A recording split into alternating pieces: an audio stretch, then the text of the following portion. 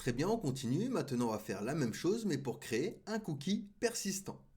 Donc pour ça, hop, je fais un clic droit, Close All. Et donc, on va venir chercher notre bouton Cookie Session ici. Je vais faire un CTRL A, CTRL C. Et je vais me créer un nouveau composant que je vais appeler Button Cookie Persistant. Persistant. Donc .tsx. Et donc, je vais coller tout ça. Donc là, on l'appelle Button Cookie Persistant. Et donc, on va à chaque fois changer le nom. Donc ici, nom du cookie persistant. Et ça, on va le copier également ici, valeur du cookie persistant. Ici également, on va lui dire cookie persistant au niveau du nom de la route.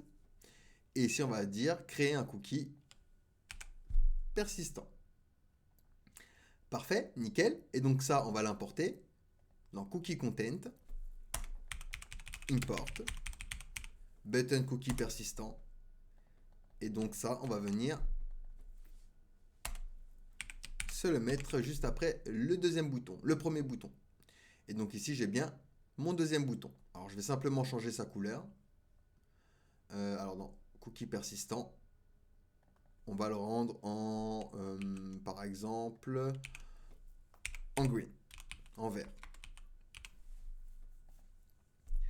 Et donc, je reviens dans Content et je vais utiliser un flex call pour un flex direction column. Et on va lui donner de la gouttière également. Donc, un gap de niveau 2. Hop, pour qu'il ne soit pas trop collé. OK.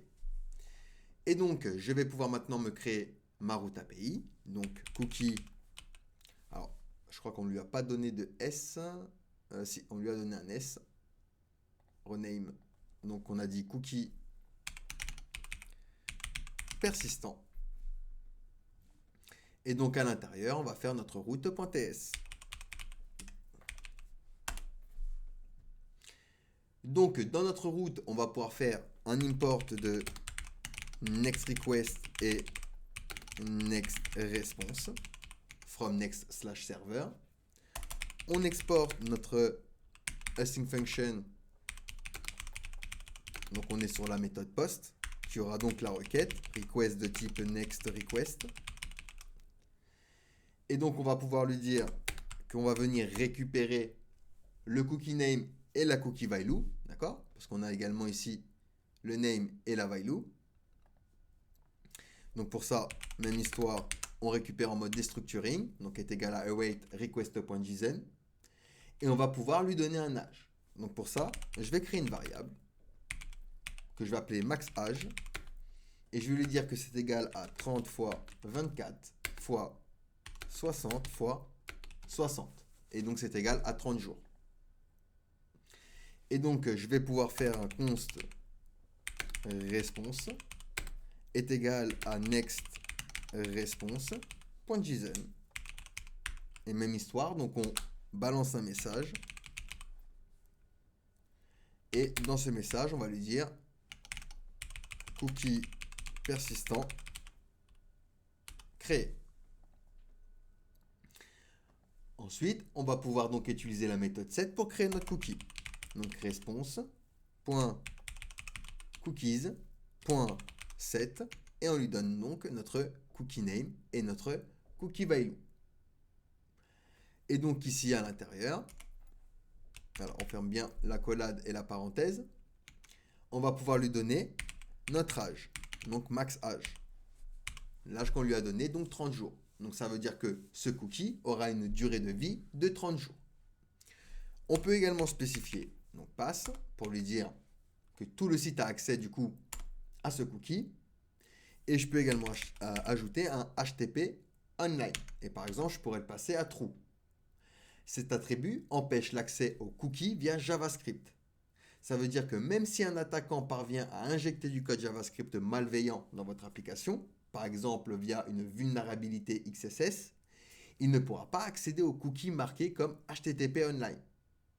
En rendant un cookie HTTP online, vous réduisez le risque que le script malveillant vole des informations de session, comme les tokens d'authentification, etc. Donc c'est recommandé par les meilleures pratiques de sécurité web pour toute donnée sensible stockée dans des cookies. Et on pourrait trouver également l'attribut par exemple secure. Et ici, on peut placer un booléen true, false ou alors une variable d'environnement si on est en mode production, etc. Donc cet attribut indique que le cookie ne doit pas être transmis, doit être plutôt transmis que sur des connexions HTTPS sécurisées et non HTTP. Donc la différence entre HTTP et HTTPS, c'est que HTTPS, lui, est sécurisé. Et donc ça signifie que le cookie ne sera pas envoyé sur des connexions HTTP non sécurisées. Et donc ça, on va simplement se le mettre en commentaire. Et donc ici, je vais return ma réponse. Un exemple de site qui utilise par exemple des cookies persistants, un site peut très bien utiliser un cookie persistant pour garder l'utilisateur connecté. Par exemple, vous savez, dans certains formulaires, vous avez souvent la cache se souvenir de moi dans les formulaires de connexion. C'est un cookie persistant qui peut être créé pour mémoriser vos identifiants et éviter de devoir vous reconnecter à chaque visite du site. Et donc ici, je vais pouvoir cliquer sur créer un cookie persistant. Cookie de session créée, donc on a oublié de changer le title au niveau de la boîte d'alerte. Je vais aller dans appli ici et j'ai bien ici le nom du cookie. Donc ici, c'est le valeur du cookie persistant qui apparaît. Alors hop, on va juste vérifier au niveau de button cookie. On va lui dire ici cookie persistant et au niveau d'ici également cookie persistant créé. Nickel. Et donc là, j'ai créé les deux types de cookies, les cookies de session et les cookies persistants. Allez, posez-moi des questions si vous en avez, sinon nous passons à la suite.